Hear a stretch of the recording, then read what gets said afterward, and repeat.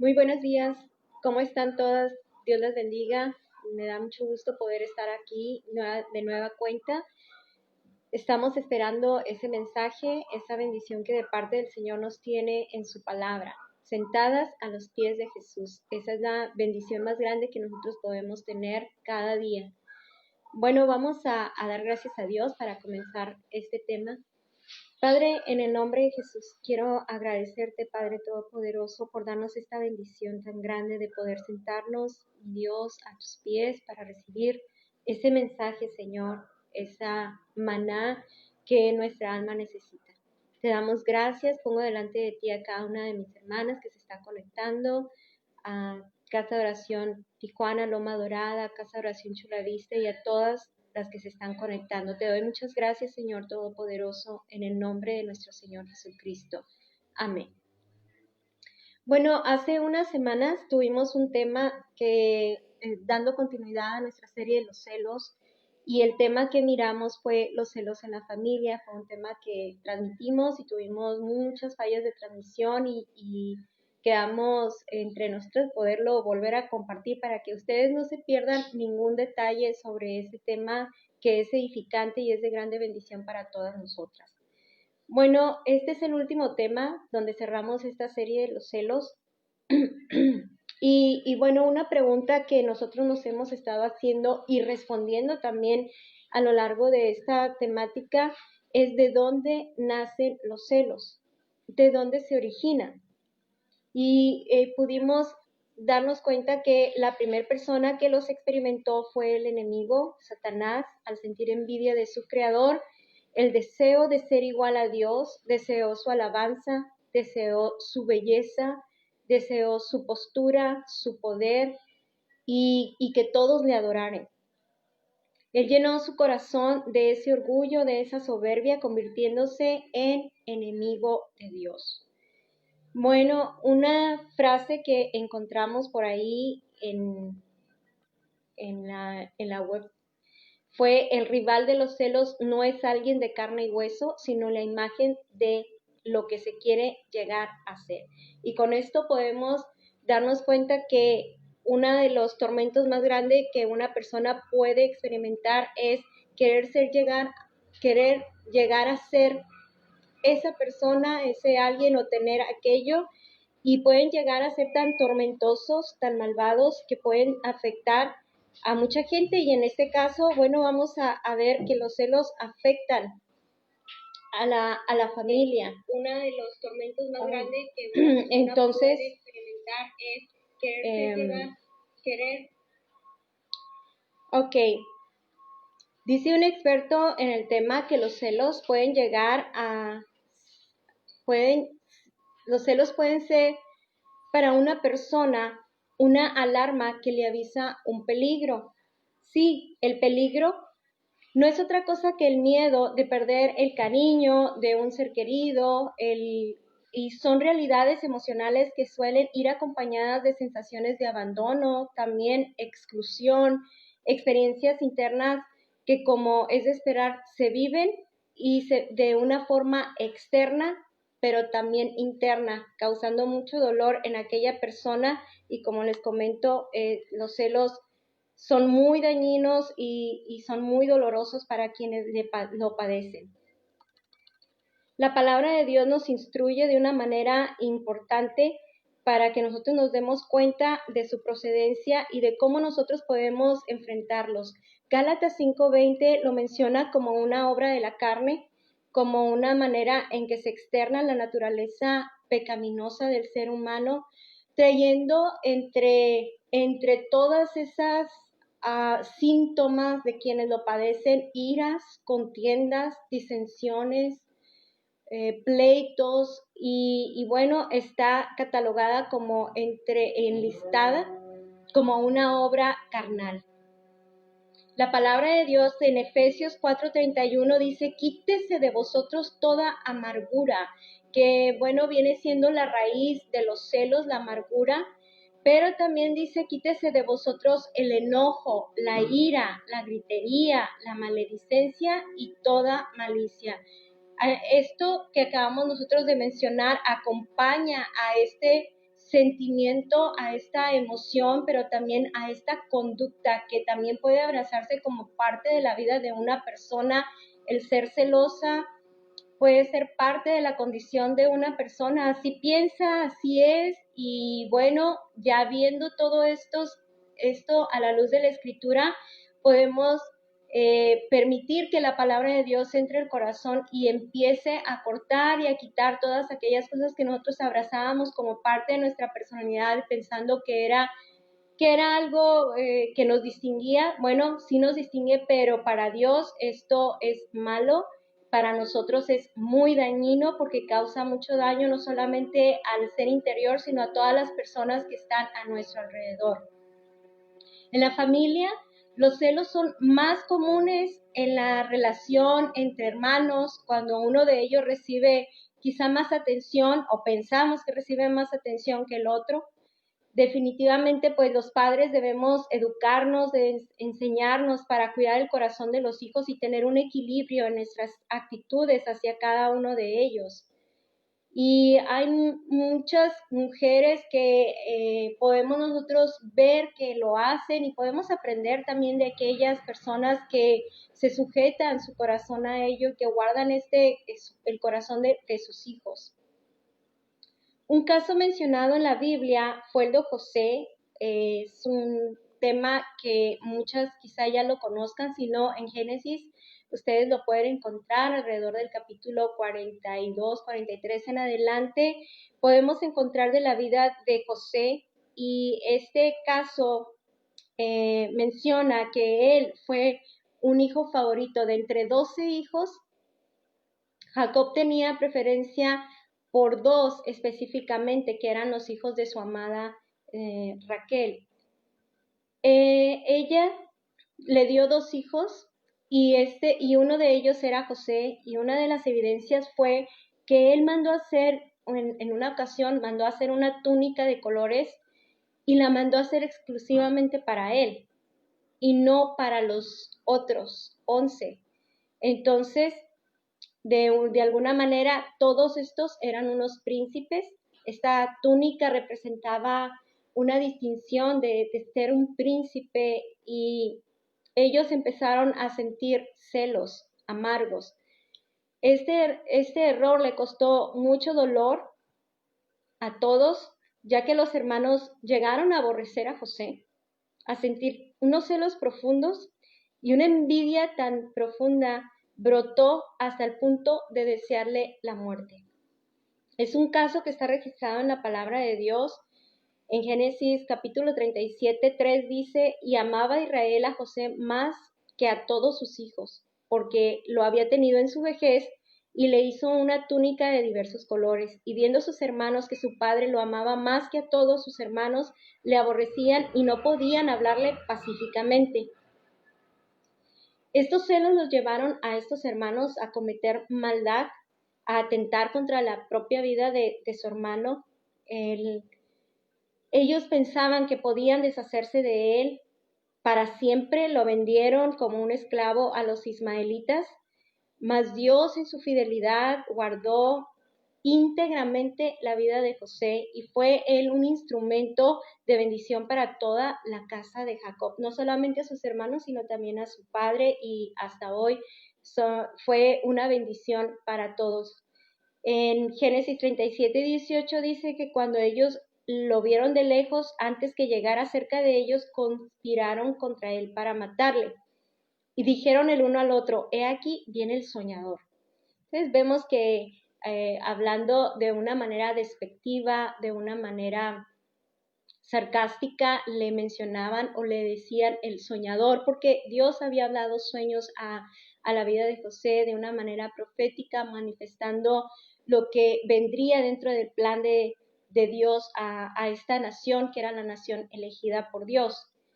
Y vemos cómo los celos aquí son definidos en la palabra, y nos están mostrando por qué surgieron esos celos, y fue lo que ellos reaccionaron fue una respuesta emocional provocada por una situación de competición. Los celos llevaron a los corazones de esta familia, de estos hermanos, a ver a José como una competencia. Y eso es lo que surge en el corazón de una persona celosa. Puede ver a todos los demás como una competencia, como rivales, como alguien que está quitando el lugar, quitando la atención, quitando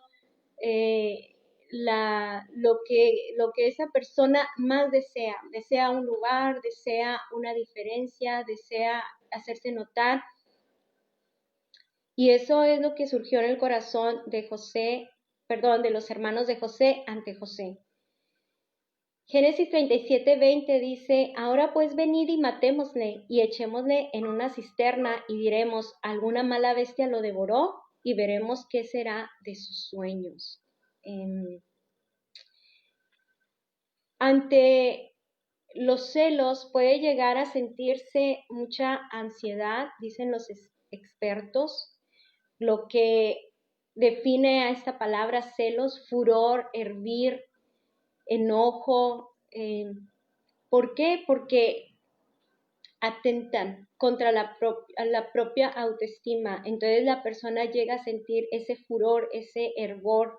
Y la envidia la vincula al odio, la ambición, la posesión y el coraje. La envidia atribuye cualidades desagradables a la persona envidiada. No puede ver a esa persona como ellos mencionaban de José. Miren, ahí viene José el soñador de una forma sarcástica. Después de que ellos planificaron su destrucción, ellos decían, vamos a ver qué va a pasar con ese que sueña, ¿no? Y pensando ellos, ya no va a haber quien tenga esos sueños. Pero tiene pensamientos desagradables contra esa persona, a la persona envidiada, se le calumnia y se centra en la persona. Y en este caso, los hermanos centraban toda su atención en la persona de José. Él era la persona envidiada. Proverbios 27:3 dice, las piedras son pesadas y la arena también, pero aún más pesado es el enojo del necio. El enojo es cruel, la ira destructiva y la envidia es incontrolable. Entonces la envidia está acompañada de estas otras dos compañeras, que es el enojo, la ira y llega a ser incontrolable. No hubo en ellos un parar de aquello, sino ellos seguían. Habla de una cualidad que puede acompañar a la envidia, a los celos, que también es envidia, y es la crueldad. La crueldad que ellos pudieron sentir porque ellos de ninguna manera pensaron o razonaron. Dice que la crueldad, en una definición, en un diccionario, dice que la crueldad es algo feroz, como sinónimo de esta palabra cruel, estamos hablando de una persona feroz, brutal, salvaje, despiadado, inhumano, duro, violento, riguroso, que causa dolor. Todo esto estaba inundando el corazón de los hermanos de José. Sentían una furia y fueron tan brutales, tan salvajes, inhumanos contra su hermano, despiadados, violentos, duros, rigurosos. Entonces, todo lo contrario a la crueldad es la piedad, es el amor. Génesis 37:23, continuando con este tema de los celos en la familia, dice, sucedió pues que cuando llegó José a sus hermanos, ellos quitaron a José su túnica, la túnica de colores que tenía sobre sí. Ese atuendo que Jacob, el padre, había mandado hacer para José, representó un objeto que les hacía sentir furia, les hacía sentir envidia, les hacía sentir el enojo, y por esa causa fueron tan crueles que lo primero que hicieron fue despojarlo de esa túnica, eso que los hacía hervir. Podríamos decir que esa túnica fue la túnica de la discordia. El corazón de esos 10 hijos, porque el más pequeño estaba con su padre Benjamín, pero los otros 10 fueron los que estuvieron conspirando contra él, los que sentían el odio, los que sentían los celos, la envidia. El corazón de estos 10 hijos de Jacob estaba inundado de celos, los cuales dominaron sus pensamientos, sus emociones y su voluntad. La palabra de Dios en Proverbios 14:30 dice que el corazón apacible es vida de la carne, mas la envidia es carcoma de los huesos.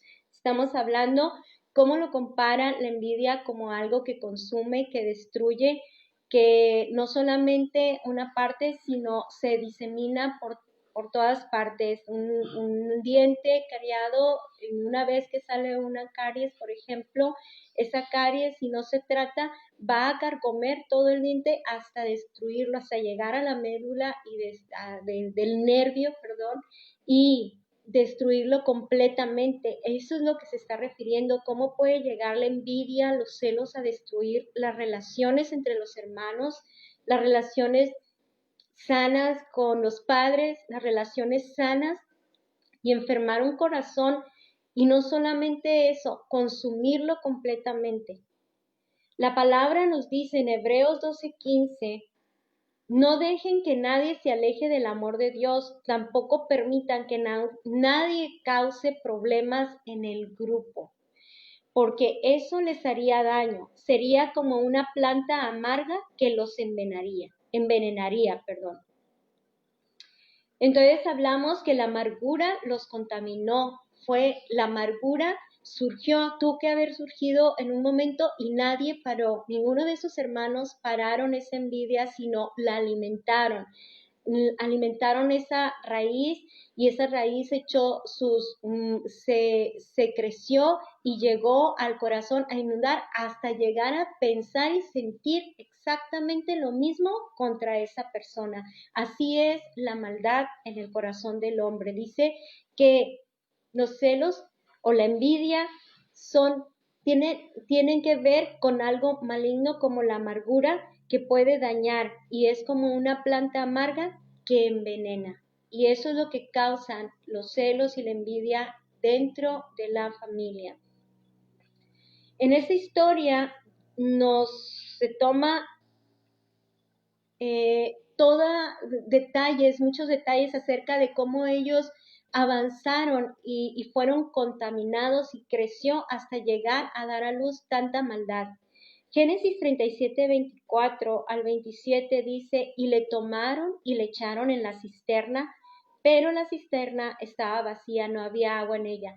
Se sentaron a comer pan y alzando los ojos miraron, y aquí una compañía de ismaelitas que venían de Galat, y sus camellos traían aromas, bálsamo, mirra, iban a llevarlo a Egipto. Venid y vendámosle a los ismaelitas y no sea nuestra mano sobre él, porque él es nuestro hermano, nuestra propia carne, y sus hermanos convinieron con él. Hay maneras de nosotros poder identificar las raíces amargas, identificar las raíces que van surgiendo desde su pequeñez, desde el primer pensamiento. Nosotros tenemos que atraparlo.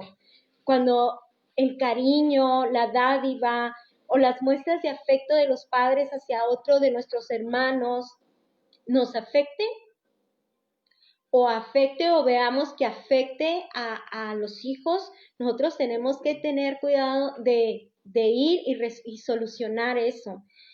En cuanto se llega a sentir esos malos pensamientos, malos sentimientos, se llama amargura. Y lo que nosotros debemos de hacer es perdonar a los padres si acaso cometieron esos errores, y llevar a una equidad nuestro comportamiento como padres, pero entre hermanos también, a llevarlos a una sanidad todo el tiempo. Nosotros tenemos que aprender a amar a los padres. Quizá alguna diga, pues ya pasó todas esas etapas, ya mis hermanos hicieron muy mal conmigo, ya mis padres fallaron. Bueno, hay que perdonar y también perdonar a los hermanos. ¿Por qué? Porque perdonar es una manera de llevar a sanidad. Ahí es donde ocurre el milagro de sanidad y limpieza en el corazón de una persona que haya experimentado los celos o la envidia por las diferentes razones justificables o no.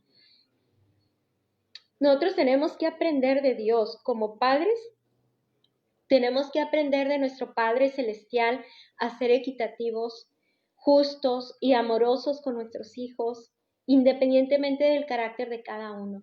Hay veces que unos hijos son ya por naturaleza se inclinan, son más expresivos al afecto, son más obedientes quizá, tengan un carácter más dócil, más enseñable, más tranquilo, otros sean más inquietos, otros sean más voluntariosos y tengamos más trabajo en formación, pero con todo y eso tenemos que aprender a ser equitativos.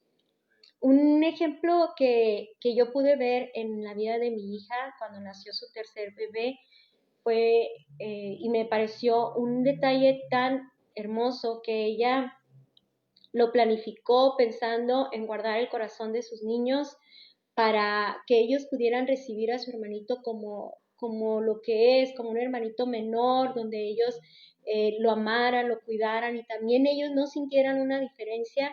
Y dice que ella me platicó que compraron unos regalitos y se los envolvieron como de parte del bebé para ellos y ellos estaban muy felices. De hecho, había preparado sus corazones todo el tiempo con amor, dándoles esa guía para que ellos recibieran a su hermanito con mucho cariño y así ha sido hasta hoy y son hermanitos que veo cómo ha guardado su corazón y yo creo que es una manera que nosotros podemos tomar como un ejemplo, pero también cuando vemos que se empiezan a pelear, a enseñarlos que son hermanos y que debe de haber un cariño, que debe de haber perdón, que debe de haber eh, entre ellos una empatía también entre ellos, irles formando su carácter y mostrándole a cada uno que son muy importantes. Hechos 10:34 dice lo siguiente: entonces Pedro, abriendo la boca, dijo, en verdad comprendo que Dios no hace acepción de personas. Estamos hablando de una palabra que debemos también entender su significado. No es excepción, es acepción. Y acepción quiere decir favoritos. Y esto nos da a entender que Dios no tiene favoritos. A todos nos ama. Así que cuando oigas a una persona que dice, ay, no, a mí Dios me ama, pues que no te den celos, porque tanto ama a esa persona como me ama a mí, como te ama a ti, como ama a todas, porque Dios es amor. Entonces Dios no tiene favoritos. Lo que esté ocurriendo en la vida de esa persona como parte de su crecimiento espiritual, como parte de un plan perfecto de Dios, pues gloria a Dios y te debes de alegrar cuando a alguien le vaya bien y también te tienes que unir con aquellos que están pasando pruebas, orando, sabiendo que también nosotros en un momento también podemos pasarlas, pero Dios no tiene favoritos, Dios nos ama por igual a todos. Deuteronomio 10:17 dice, porque Jehová vuestro Dios es Dios de dioses y Señor de señores, Dios grande, poderoso y temible, que no hace acepción de personas. Lo vuelve a repetir aquí, ni toma cohecho. Aquí vuelve a repetir otra vez y haciendo un énfasis en este punto para que podamos nosotros conocer el carácter de nuestro Padre Celestial. Y es un Padre que no tiene favoritos, un Padre que nos ama totalmente, nos ama a cada una de nosotras y eso debe de hacernos muy dichosas y debe de darnos una identidad como hijas, no debe de afectarnos de ninguna manera otra cosa. ¿Por qué? Porque Dios nos ama. Cuando nosotros estamos muy firmes, muy sentadas en esa verdad, no tiene por qué surgir entre nosotras una raíz de celos entre la familia, nuestra familia de sangre, tampoco en la familia de Dios debe de surgir ninguna raíz de celos. ¿Por qué? Porque Dios nos ama. Dios es un modelo de padre perfecto y equilibrado. Y eso es una verdad absoluta, lo que acabamos de leer. Dios no tiene favoritos. A diferencia de sus hermanos, José no guardó rencor, fíjense. Él no compitió con ellos porque él pudo haber pensado de ellos, bueno, ellos son más grandes, ellos son más fuertes, ellos son capaces de hacer cosas que yo no soy capaz de hacer, pero él no permitió, yo creo que ni siquiera lo pensó, no se vengó porque pudo haberlo hecho, tuvo las oportunidades, muchas oportunidades de vengarse, sino que podemos ver en toda la vida de José que Dios gobernaba su corazón y es una de las áreas en las cuales nosotros debemos de fijar nuestra mirada y desear que Dios guarde nuestro corazón. Aunque él no entendía todo lo que él estaba viviendo, sufrió dolor, experimentó la crueldad de sus hermanos, la dureza con que le hablaban, la manera despectiva con que se referían de él guardó su corazón, él externó amor, externó misericordia hacia sus hermanos que una vez le rechazaron y lo miraban con rivalidad y desdén por pura envidia, él respondió de otra manera. La palabra en Colosenses 3:12 dice, vístanse pues como escogidos de Dios, santos y amados, de entrañable misericordia, de benignidad, de humildad, de mansedumbre, de paciencia. Este es el consejo que Dios nos da ahora en esta mañana y la pregunta es, ¿de qué estamos vestidas ahora? ¿Qué ropa te pusiste? Porque la ropa que nosotros debemos usar es la ropa que el Señor diseñó para nosotras, como escogidas de Dios, santas y amadas de entrañable misericordia, de benignidad, de humildad, de mansedumbre, de paciencia. ¿Cómo puedo enfrentar los celos? Número 1, anótalo. Encontrar lo bueno, minimizar errores. Colosenses 3:13 dice, sean tolerantes los unos con los otros, y si alguien tiene alguna queja contra otro, perdónense, así como el Señor los ha perdonado a ustedes. Es una manera en que pensó José. Él no engrandeció todos los errores y al leerlos nosotros podemos sentir hasta escalofríos de decir, qué tremendo, hasta dónde puede llegar a cometer maldad la voluntad humana inundada de celos y de envidia. Tiene tantos malos pensamientos, piensa y maquina tanto mal, pero ¿cómo pudo José encontrar lo bueno y minimizar lo malo? La palabra de Dios nos continúa diciendo, y sobre todo, ámense unos a otros, porque el amor es el mejor lazo de unión. Es lo que mantuvo unido a José, a su familia. Él fue una bendición para su padre y para sus hermanos, los 11 hermanos, que si nosotros continuamos, por causa del tiempo, no podemos leerlo todo, pero sabemos por la historia, y si no la sabes, léela, que él fue un factor importante que guardó no solamente la vida de su propia familia, sino de toda la nación hasta hoy, de morir de hambre. Él es una persona que estuvo en la prueba de amor más grande. Un momento en que tuvo la oportunidad de cerrar su corazón y desechar a sus hermanos, a toda su familia, olvidarse de ellos y decir, bueno, yo ya soy alguien importante, yo ya tengo mi vida resuelta, yo ya tengo a mis hijos muy bien, entonces cerrar su corazón y ser malo con sus hermanos, y sin embargo, él optó y fue guiado por el Espíritu a hacer la voluntad de Dios y ser bendición y bendecir a sus hermanos, minimizando sus errores, entendiendo el propósito de Dios. Número 2, resaltar lo bueno. Hablamos que minimizar los errores, pero hay que resaltar lo bueno. Yo no sé cuántos hermanos tengas, padres o hermanos en Cristo tengas, pero resaltemos lo bueno, todas. Es un consejo para todas. Primera de Juan 4:20 dice, si decimos que amamos a Dios y al mismo tiempo nos odiamos unos a otros, somos unos mentirosos. Porque si no amamos al hermano, a quien podemos ver, mucho menos podemos amar a Dios, a quien no podemos ver. Eso es algo que nos indica quién vive dentro de nuestro corazón y qué es lo que está dominando nuestros corazones.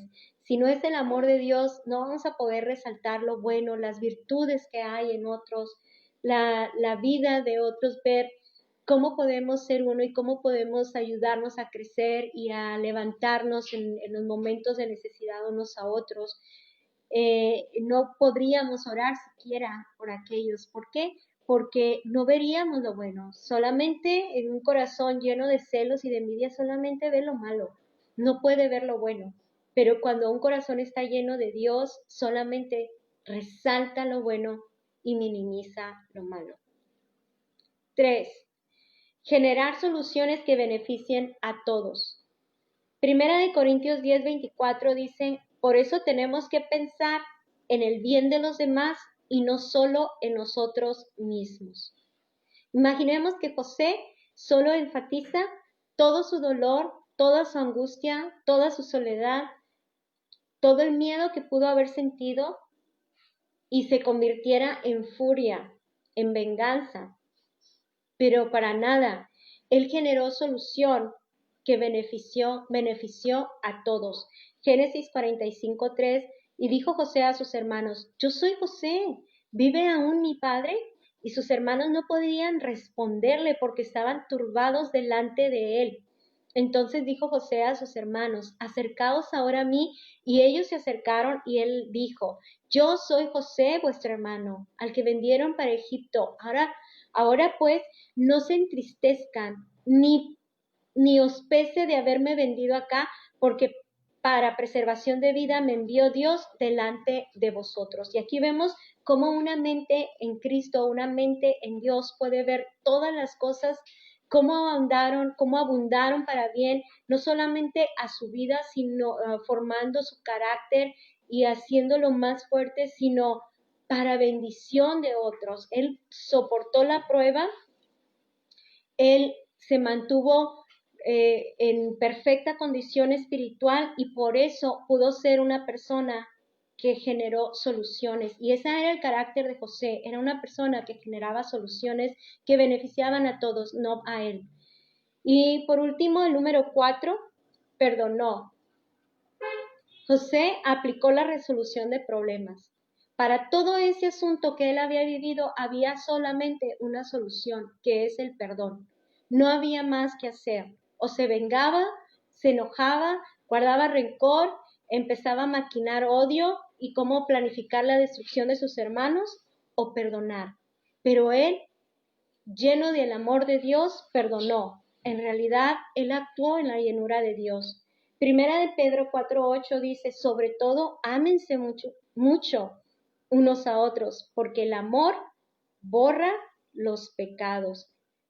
Y él no tenía la palabra como nosotros la tenemos ahorita, pero tenía una relación con Dios y esa relación con Dios le permitió perdonar, cubrir, borrar, olvidar, sanar y poder llevar a esa sanidad a toda su familia.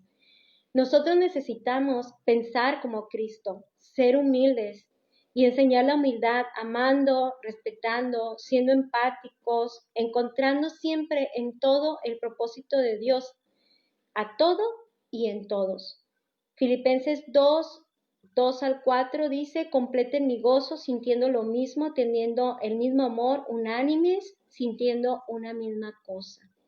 Nada hagan por contienda o por vanagloria, antes bien con humildad, estimando cada uno a los demás como superiores a él mismo, no mirando cada uno por lo suyo propio, sino cada cual también por lo de los otros.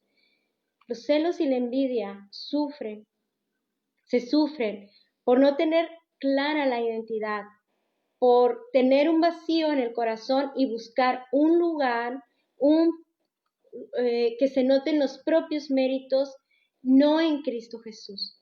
Una carencia evocada por la presencia del otro, la superioridad del otro, es lo que mueve a la envidia. Pero Dios nos ama y nos dice, vístanse.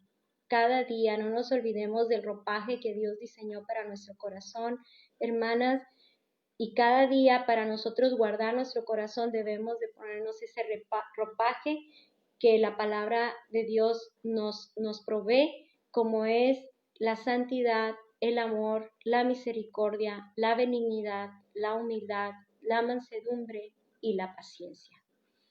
Concluimos con nuestro tema. Los celos, hermanas, son un recurso carnal que batalla por permanecer ahí arraigado, alimentado por pensamientos que acrecientan el mal, causando desorden emocional. Mas la palabra de Dios nos ofrece el remedio para acabar de raíz con ese mal que hace arder, pelear, competir, desear el mal a otro, y ese remedio se llama Jesucristo. Pidámosle perdón a Dios como hermanas, perdonemos a nuestros hermanos, a nuestros padres. Si hemos errado como padres, pidamos perdón a Dios también. Si hemos errado como hermanas en la sangre o en Cristo, pidámosle perdón a Dios y dejemos que el amor de Cristo nos inunde el corazón. Recuerden, el rival de los celos no es alguien de carne y hueso, sino la imagen de lo que se quiere llegar a ser. Nuestra identidad y postura la encontramos en Cristo Jesús, Señor nuestro. Oremos. Padre, queremos agradecerte por esta palabra que nos instruye, que nos abre nuestro entendimiento. Oramos, Señor, por la sanidad y la restauración en cada uno de los hogares, y si se ha vivido alguna de estas circunstancias parecidas, Señor, tú que eres Dios y que nos amas y que puedes hacer nuevas todas las cosas, te pedimos porque nuestra mente y corazón sea rendida, Señor, a ti, a tu palabra, a tu señorío, y podamos experimentar la vida que fluye como la experimentó José en su corazón y pudo ser de bendición a su familia, a la nación y hasta hoy a nosotros que somos la iglesia. Te damos gracias, poderoso Dios, pongo en tus manos a todas. Gracias en el nombre de Jesús. Amén. Bendición.